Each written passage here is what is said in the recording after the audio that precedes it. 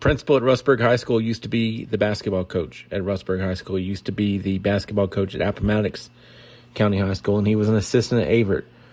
But what is maybe one of Brantley Shields' never forget moments? The tornado that struck Evergreen. We talked about that. We talked about Mark Drinkard, longtime Appomattox volleyball coach who passed away just about a couple weeks ago. And we talked more on the Sports Buffet podcast. You know, not to get this to a sad topic, but, you know, Coach Drinkard, who was a longtime coach at Appomattox, just passes away. What did Mark Drinkard do for those kids? Oh, Mark was fantastic. You know, Mark and I talked all the time. In fact, we had just talked a week or so before he passed. But he just had such a great way to motivate them, to support them, to give them opportunities to expand themselves. You know, I remember when Reagan was coming in as a freshman, her freshman year. And she had, you know, she was all through middle school. She was a little tiny thing coming through the middle school program. And then she really shot up the summer of her 8th grade year, going into freshman year. And she was playing really well at the time. And I remember him calling me and saying, hey, you know, she's probably going to start for us. You know, she's going to take some lumps. She's going to, you know, she's probably going to be frustrated, and she's going to be frustrated with me, but she's probably going to start for us. And she's good enough.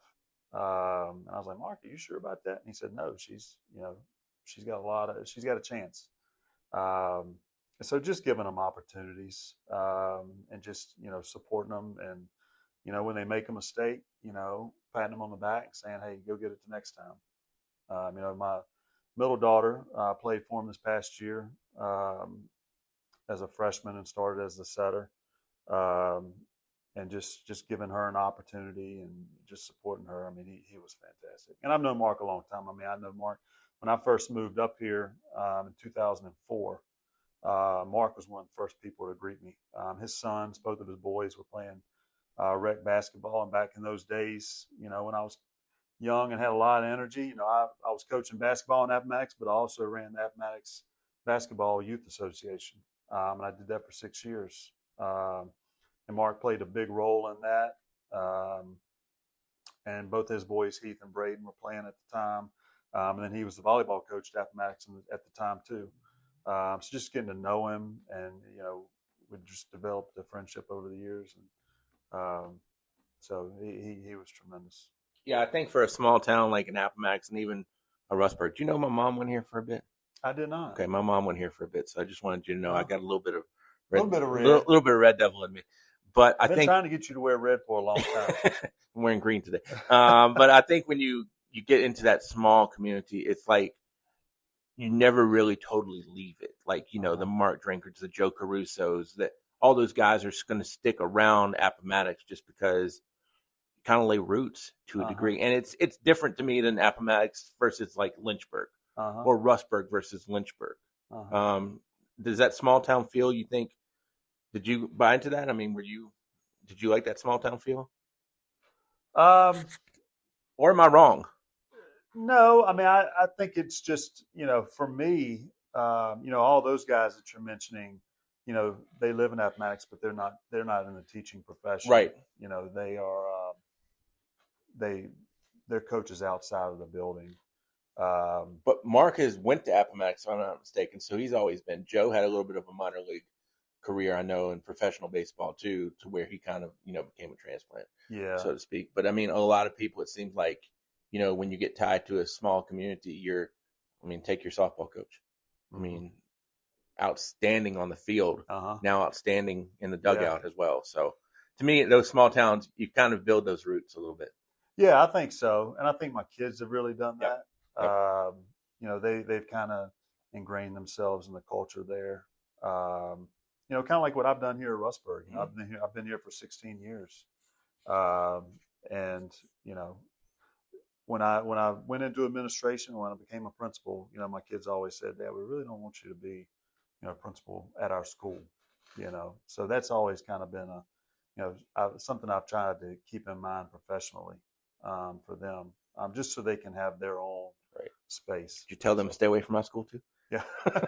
Don't come transferring or anything. Yeah. So, and you talked about one thing too. I think another thing about a smaller school like a Appomattox or Rustburg. I mean, even schools you played in, a Dogwood or even in a Seminole, you've got to share athletes. We can't just play one sport, even though we've drifted into the world of travel specialization. How important was it for you though to see people play 2, if not 3 sports? Well, I always felt if you're good enough, they're going to find you. Sure. You know, and so while Marshall Wood played here, went on to play Virginia Tech, played at Richmond, and I used to tell him the same thing, and I've told any athlete we've had come through here that was a Division I level athlete, or any Division I level athletes we've had. If you're good enough, they're going to find you, and if you have the skills. So work hard, compete, learn how to compete in multiple sports, and it's going to work out for you.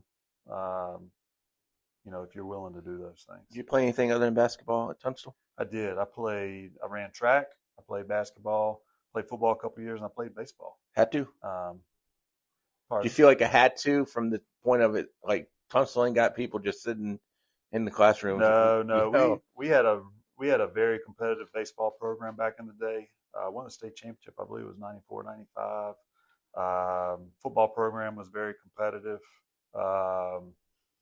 Basketball was very competitive. So in track, I was all state in track 3 years. So, we had good sports programs. It wasn't that we were hurting for athletes. Why'd you do track? Well. And what did you do? Well, I grew 6 inches between my 8th and my 9th grade year. So I was a catcher on the baseball team. Okay. And then I just, at the time, was trying to find something to stay active, stay in shape. I was getting more into AAU basketball and those kind of things. And that still allowed me to do that. Whereas, with baseball, it was very competitive. And I wasn't as good at baseball as I was the other sports. So it allowed me to do those other things during the spring. And I think a lot of people used to look at track that way back in the day, more so of, hey, it's a good conditioner for football, or it's a good conditioner for this and that.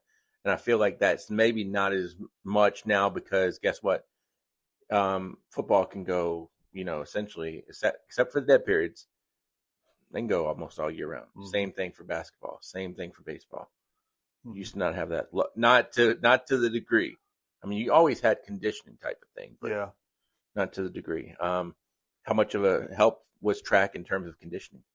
It was great. I really enjoyed it. I ran the 800, I ran the 400, I ran, I was high jumper. High jumping was kind of my specialty, and what I was all state in. But it was a good time. Was that just a thing because you could jump, or I mean, because high jump, correct? High jump, you're jumping over the pole.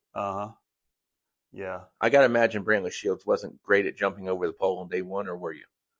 I was okay. Okay. I could jump a little bit. Well, I've got to think there's got to be some technique in terms of throwing yourself over a pole onto the big mat. Yeah, it didn't start out that way. I had to kind of develop that over time. But yeah, I think I was around a 6'5", 6'6" high jumper back then. Not that I'm asking you to be a track coach because you got some better ones here. But what's the biggest thing you would tell somebody if they were high jumping in terms of, hey, I'm good at jumping, but like you said, it didn't start off day one to where I could just throw myself over a pole onto a mat. What's the big secret? Oh man, for me it was always just timing. If I remember right, it's been a long time. Been a while. It's been 30 years, but yeah, I would say probably timing. Too bad you're not dressed for it today because I was going to go out. You're going to make me go jump? Yeah. I mean, when you say timing, are we talking about like footwork? Footwork, okay. Yeah, footwork, foot positioning, and then obviously, you got arch, throw your shoulder over the pole. But yeah, it was, high jumping nowadays is totally different. How long did you play football for? I think I stopped that in the 8th grade. So somewhere around in there. And played basketball obviously forever, yeah. But I'm going to argue that footwork is going to carry on to the other sports. You ruined it for football because you didn't play past your 8th grade year. But I'm assuming even when you're watching nowadays, anybody that's going to play good is going to benefit from a footwork. So one sport to me is always helping Another other sport. sports. Yep. Do you think there's a biggest thing in one sport that helps? Sorry, Joey Crawford didn't get this question. Yeah, I was going to say you gave Joey some cream puffs out there.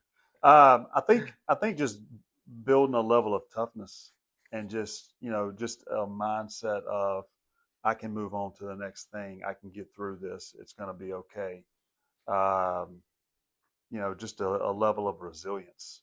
The technical skills are going to kind of work themselves out. If you go out there and you work and you listen and you get in the weight room and you do the different things, athletically, if you have the ability, it's gonna come out. But just being able to develop that mental side of the game, that resilience. I think when you play multiple sports, it helps you develop that and build that. How many different coaches did you have at Tunstall approximately? I don't need an exact number. Head coaches or everybody? I'll let you pick since man. I'm not throwing you cream puffs apparently here. Yeah, I mean we got ugly. We had Bill Oakes was fantastic. My basketball coach. I had Eddie Lloyd. Buddy Brown was football and track. Had Owen Shields was baseball. Barry Shelton was baseball. Okay, so we'll stop at 5. I won't make you stretch too much. So you've got 5 coaches. I'm assuming those 5 coaches are not all 5 alike. So you learned, I'm assuming, maybe my words, not yours, a tongue lashing from Buddy Brown is not the same as a tongue lashing from Eddie Lloyd.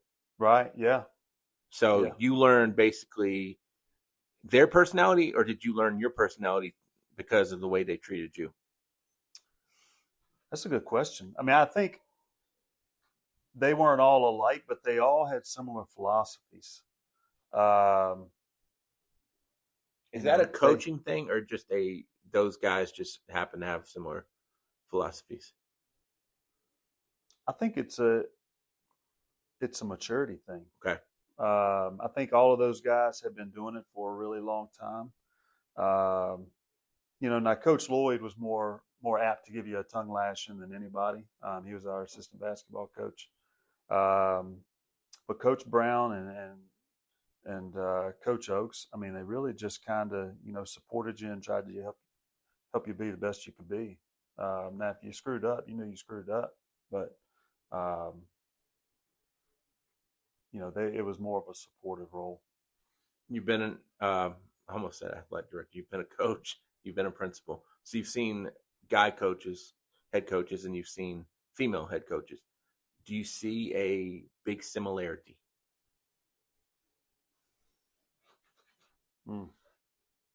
I've got to imagine Katie on softball is a little bit old school. But you've got to love those kids too. You cannot coach the way you coach when you were playing, and you cannot coach that way now, in my eyes. Yeah. We can do the coaching philosophy talk later if you really want to. Yeah, well, I just think good coaching is good coaching, just like good teaching is good teaching. I mean, they're organized. They have a good plan. They build good relationships with kids. Schematically, they know what they want to do, how they want to achieve their game plan. And then they're good at teaching kids how to do that. What's the best skill that you feel like you could teach? Coach? Yes, please. The best skill that you could teach that basketball. I'm talking actual basketball. Something that's only going to help me in that gym with basketball. You talking about like a player skill or like a coach? Wow, like this is becoming more. You're making this more difficult on me now. A skill that you can teach your players that's going to help them be better. Whether it's footwork for post, holding your hand up, bounce pass. Wow. So for me, I was always a defensive minded coach. So for me, it was going to be defensive footwork, how to move your feet, how to get your body in position to play good defense, how to guard the ball.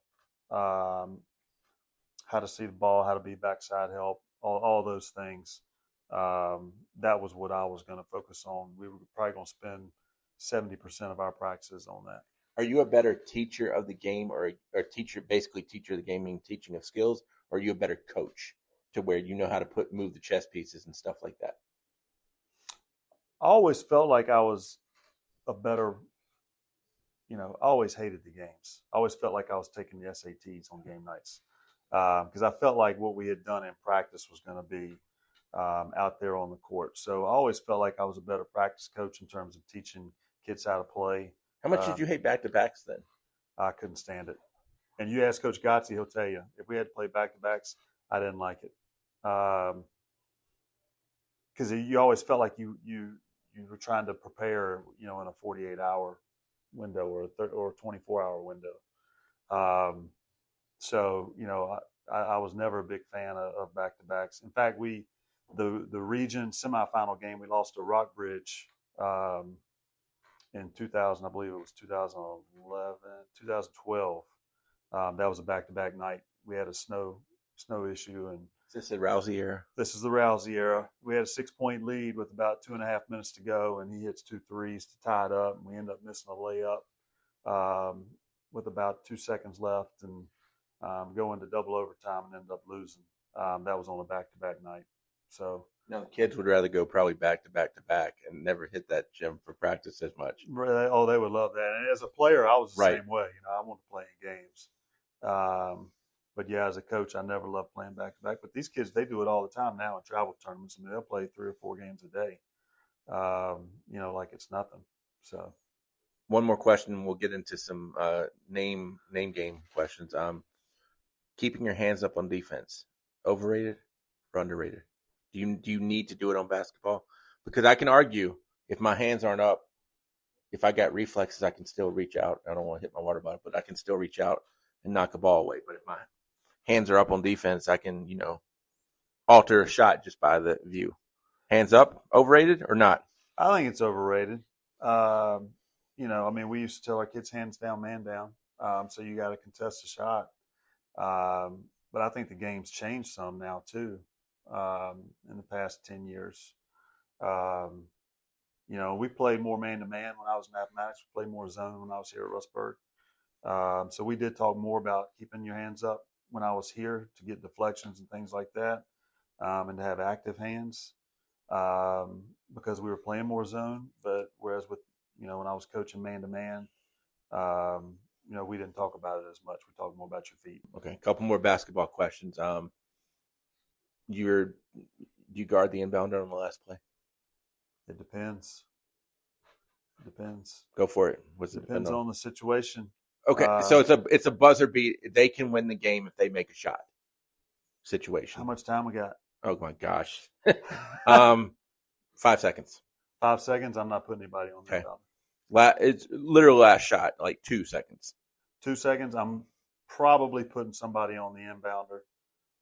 If I have somebody that's long and can actually contest. So we're not manning up at that point. We're putting the longest player that can make a inbound pass difficult because of wingspan. Yes. Okay. Now, if it's my last team in Appomattox and our tallest player is 5'11", then I'm probably not putting somebody. I'm probably putting somebody back like a free safety. But it just depends. Why are you putting somebody back as a free safety? I'm not trying to second guess you. We're going to double team the ball. So let's say they got 3 seconds, 2 seconds. Okay.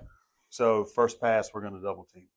So if I don't have anybody tall or long on the inbounder to contest that long pass, I'm going to put somebody back as a safety. So that first pass they make, as soon as he catches it, we're running double at him to try to make him have to pass the ball off, and hopefully the clock runs out. Did you know that your last game, did you know that was it? I did not. We played Cave Spring in the region semis, I believe it was, at Cave Spring. And my friend Jake Bruce was the coach there at the time. We don't say nice things about him. We'll strike that comment. And we lost to them. It was a tough ball game. And then I believe it was the next day we had the tornado come through Evergreen. Yep. And I'll never Scary? forget that. It was. Talk to me about it. So we had played that the night before at Cave Spring, and then the next day, it was thunderstorm warnings and all those types of things.